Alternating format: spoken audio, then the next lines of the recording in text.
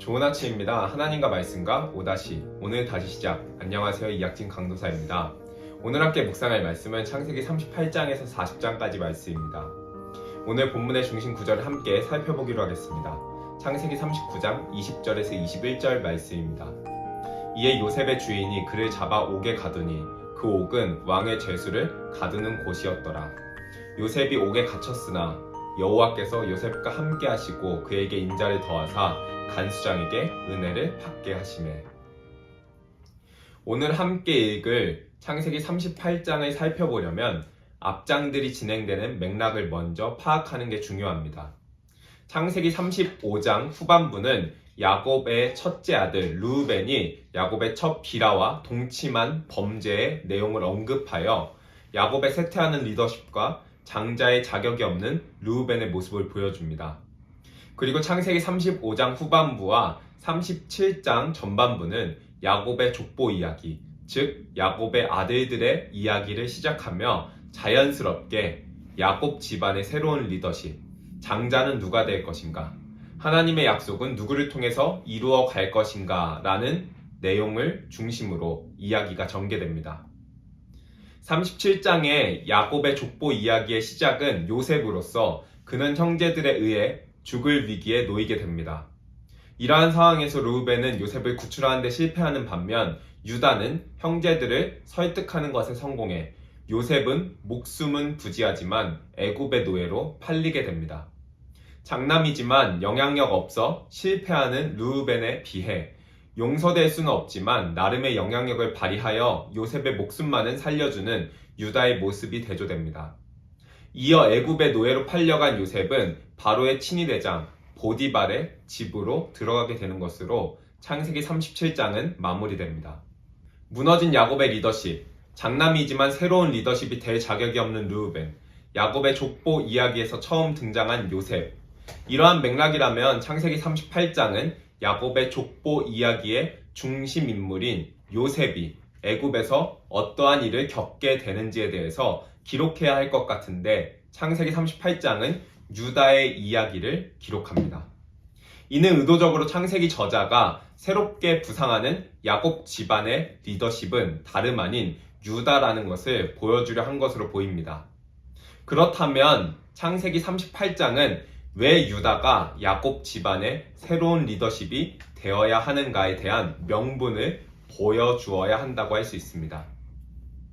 그러나 이 관점에서 보면 더욱 해당 본문이 잘 이해되지 않습니다.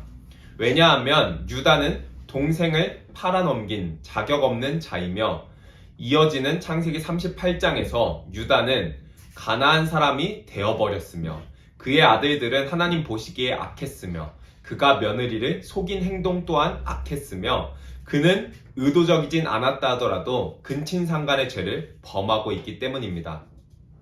르우벤과 시므온, 레위뿐 아니라 유다 또한 장자의 자격이 없어 보입니다.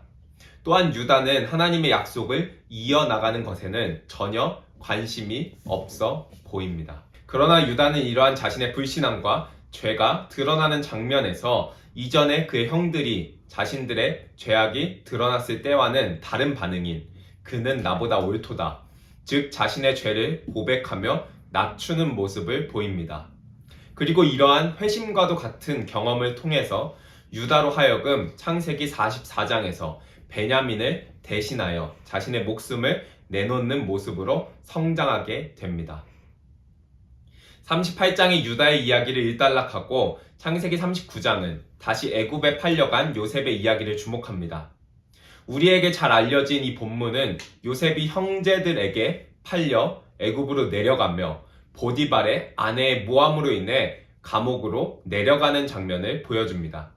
39장에서 주목해야 할 점은 창세기 기자가 이러한 상황에서 요셉의 억울하고 원통하고 절망적인 감정을 의도적으로 기록하지 않은 반면에 요셉이 처한 상황이 바뀌더라도 하나님이 요셉과 함께함으로 그가 형통했다는 것을 거듭 강조한다는 사실입니다.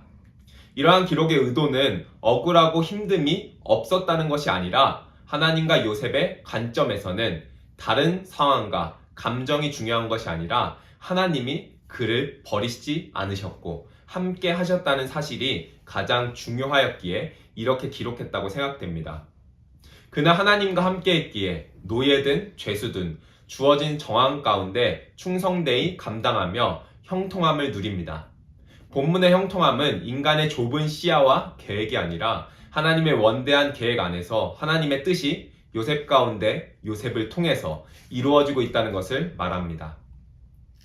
창세기 40장은 요셉이 죄수 생활 중 두 간원장의 꿈을 해몽해주는 장면이 나옵니다.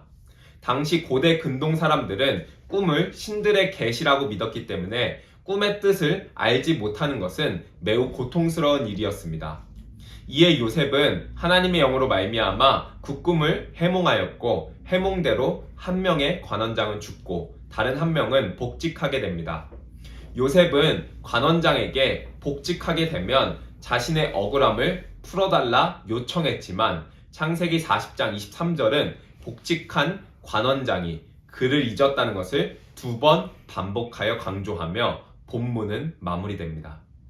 창세기 40장의 마무리는 술 맡은 관원장이 요셉을 잊어버리는 것으로 마무리됩니다. 사실 요셉을 잊은 존재는 관원장뿐은 아닙니다. 17살에 노예로 팔려와 30살까지 그는 형들에게서 보디발에게서 관원장에게서 잊혀진 존재가 되어버립니다. 그는 언제나 신실하게 살아냈고 주변 사람들에게 진실되게 은혜를 베푸는 자였지만 세상은 그를 완전히 잊어버렸습니다. 그러나 하나님은 요셉을 잊어버리시지 않으십니다. 다만 아직 하나님의 때가 이르지 않았을 뿐입니다. 칠흑 같은 시간 속에서 보이지 않는 손으로 하나님께서 모든 것을 준비하고 계십니다. 그리고 바로 다음 장에 연단의 시간이라는 긴 터널을 지나 하나님께서 요셉을 높이 세우시는 장면이 나옵니다. 사랑하는 기쁨 가족 성도 여러분, 우리의 인생에도 반드시 우리의 생각보다 긴 인생의 연단과 하나님의 때를 준비하는 시간이 있습니다.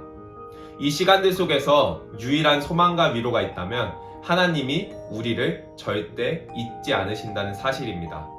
그리고 잊지 않으실 뿐 아니라 그분께서 칠흑 같은 감옥과도 같은 시간 속에서도 우리와 함께 하시며 여전히 일하고 계시다는 사실입니다.